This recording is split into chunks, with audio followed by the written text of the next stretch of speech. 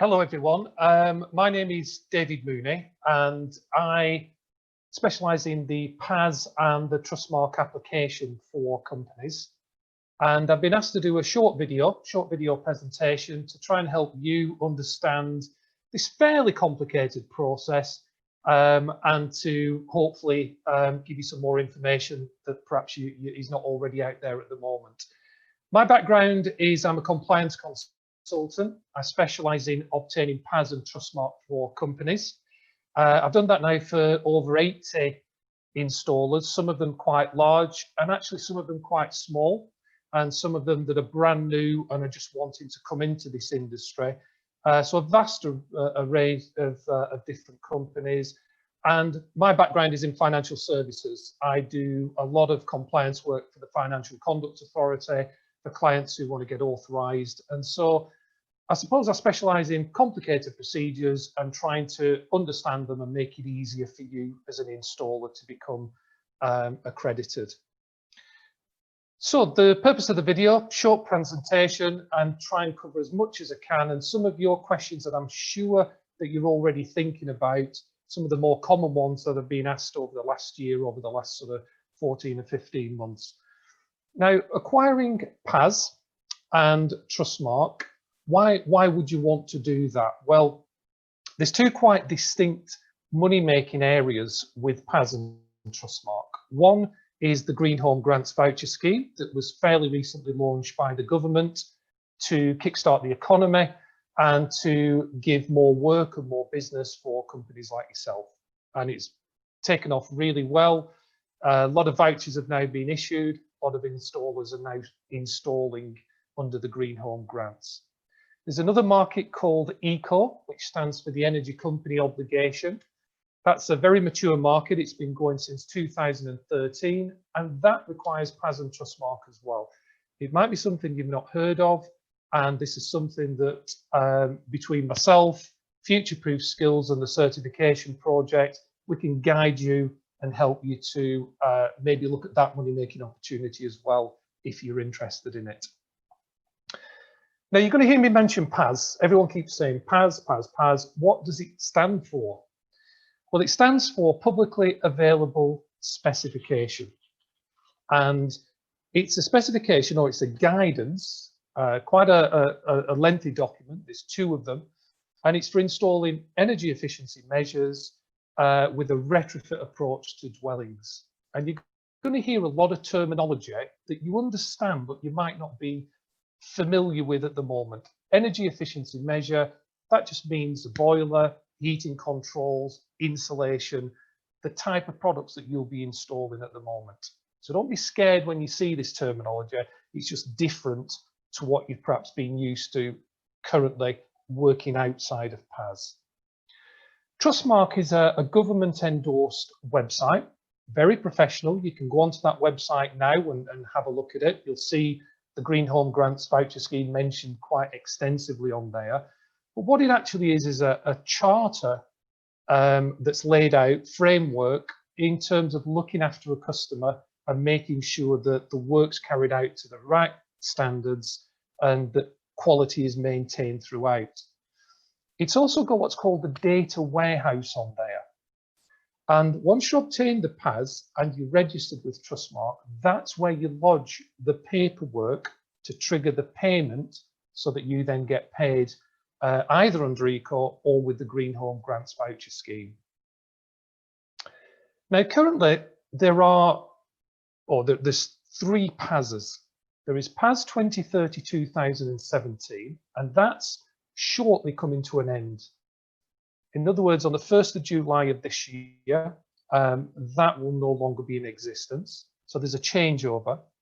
And the new PAS is PAS 2030-2019 and PAS 2035-2019. It's two PASs that are stuck together, and you can't have one without the other.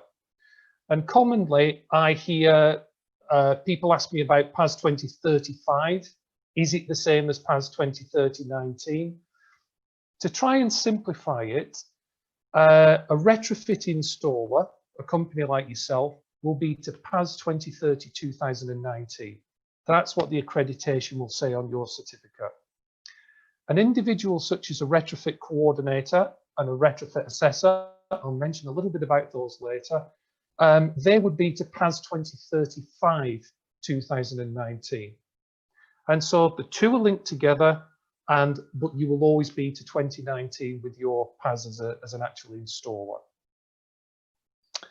Now, the Green Home Grants Voucher Scheme has been extended to March 2022 at the moment. We don't know, it could be extended further, and there could be other schemes that are coming out as well that require the PAS and the trust mark. So obviously, if you decide to go down this route, it's a very lucrative route to go down. But because it's changing or being extended to March 2022, you are going to have to start with one PAS, and you're going to have to change to another PAS on the 1st of July. Now, don't worry too much about it. As I say, it is complicated, but that's why we're here to help you. And that's why my role is to obtain the PAS and the trust mark for you, but to also talk you through it, and also to try to help you at the end stage when you've got it so that you can understand what you're going to be doing with it. The PAS 2035 deals with the retrofit approach of a property.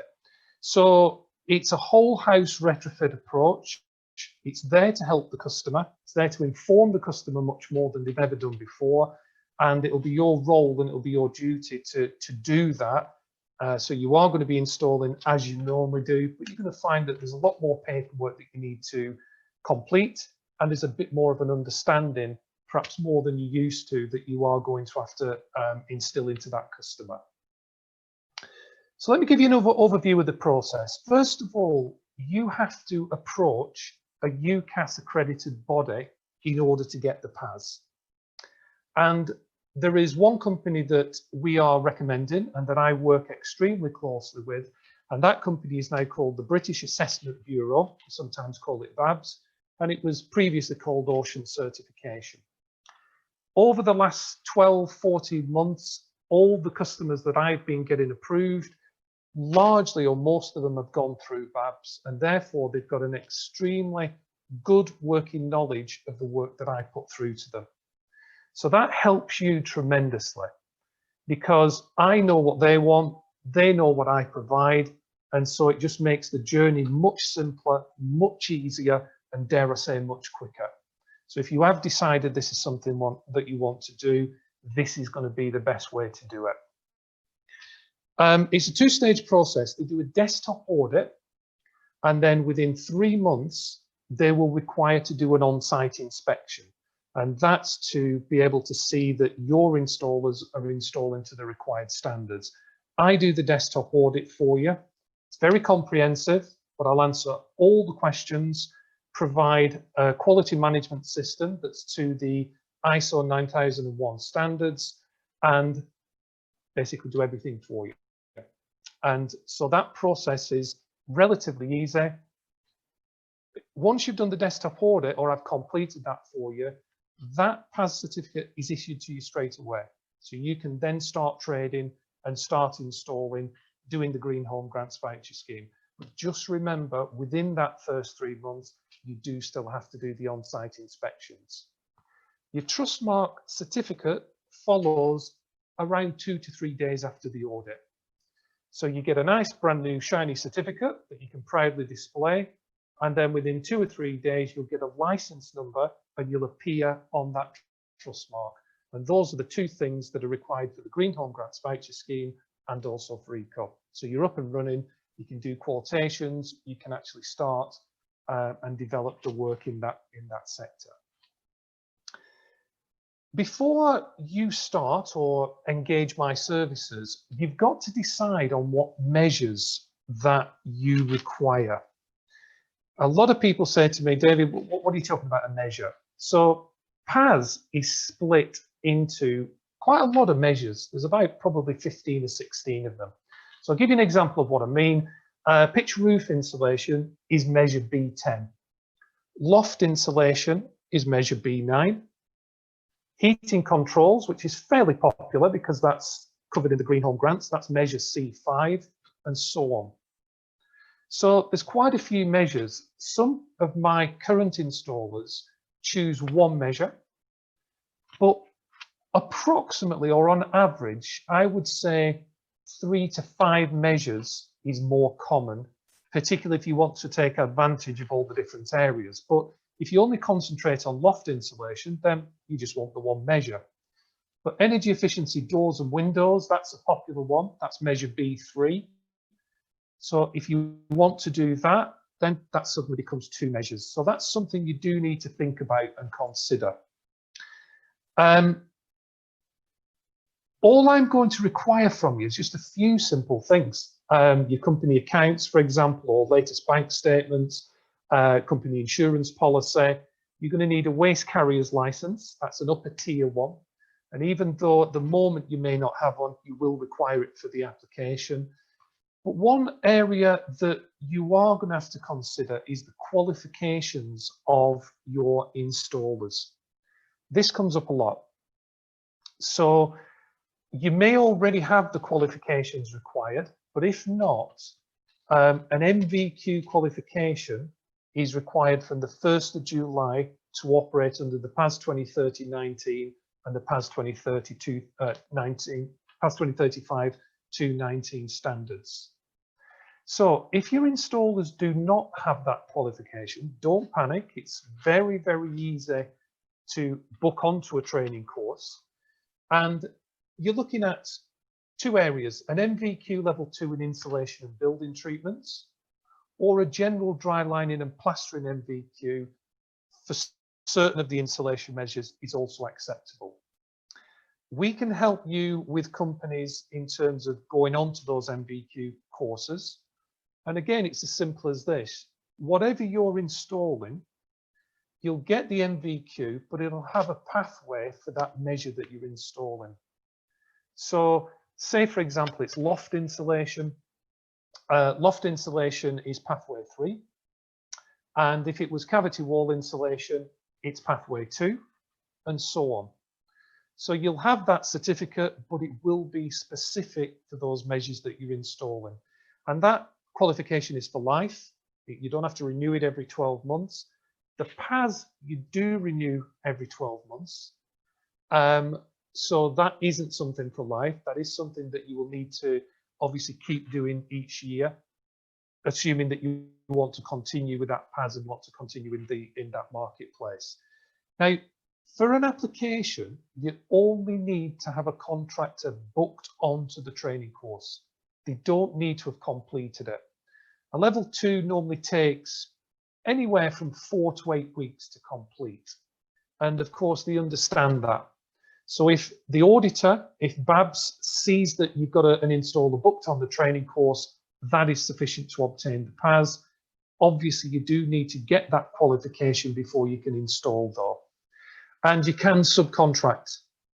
So for example, if you wanted to do windows and doors, but you're not a window contractor, the PAS is with your company, but you can subcontract to a windows and doors company. And then between you, you've got a relationship and you can then deliver for that customer multiple measures rather than just the one measure that you've got. You can add measures to your existing PAS, so don't feel that you have to do everything all at once. If you find you're getting a lot of questions and a lot of business from a certain area and you're not authorized, well, then you can just add it at a later date. I mentioned previously, I'll just cover this, retrofit coordinators and retrofit assessors are required. With the application, I will put those into the application for you. And if you do require the services, well, you will require the services at some stage of a retrofit coordinator. You may want an assessor, or you may want to do those in-house. I can provide you with the details on that information, and you can use third-party ones, or you might decide you want staff internally to be qualified. That's a broad guideline. There's obviously more questions. There always is, because it is quite a complicated market to do. I'm going to try and make it as simple as I possibly can for you. And as I say, I specialize in it. I've been doing it for well over a year now. I'm pretty familiar with all the questions and perhaps some of the sticking points you might have as you're going along. And obviously, I'll try to help you as much as I possibly can. It is an exceptionally busy time for this industry, exceptionally busy. The government have encouraged new installers to come into the market, which is why you're watching this video, and everybody is wanting to get involved with it.